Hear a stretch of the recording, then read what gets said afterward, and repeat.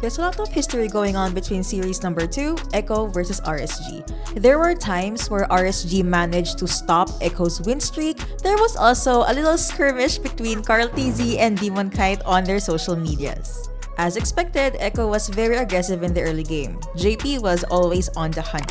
They also managed to take down Demonkite in under 5 minutes. Around 7 minutes, they managed to win the fight and get the turtle. Sanford was unreachable and unkillable.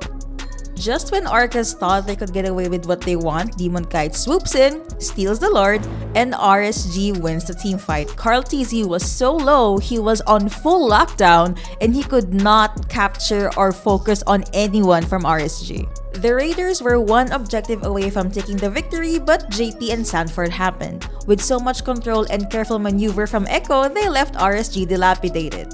They were at the lead that Echo even tried to chase Nats in the mid lane. And just like that, the tides were turned, the Echo Express crossed the finish line and won game number 1. Who doesn't want a 2-0, right? All eyes were on Echo as they tried their best to close out the series this early. They even went as far as prioritizing Sanji's pick. They also gave a little surprise for everyone. JP locked in the show. Game phases on as Echo and RSG showed us an early game trade. It was like a switch was flipped on RSG's side. Their macro and team fights were on point. They also managed to force the Purify out of Benny Cutie before a crucial objective fight. And the icing on top of the cake, Aqua stole the last insanity and showed us how it's done. He got 3 kills in his pockets and RSG pretty much cemented their lead.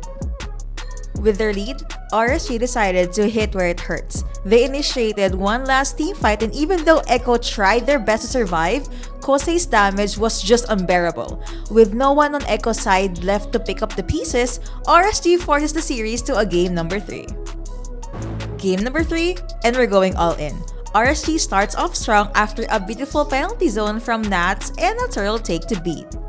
Coach Panda gave light his Guinevere and his Violet Requiems. Much like this one, definitely did not disappoint. He managed to surprise Echo a lot in the early game. 7 minutes in, the Raiders were definitely raiding Echo's side of the map. They spectacularly layered their skills, and even though Sandy tried to catch someone at the back lines, his burst just wasn't enough to even take Aqua down. Yet. Echo played it off patiently. They amped up their defense and decided to let RSG start the next team fight, which Echo won. But at what cost? Karltzy. But hey, it was worth it.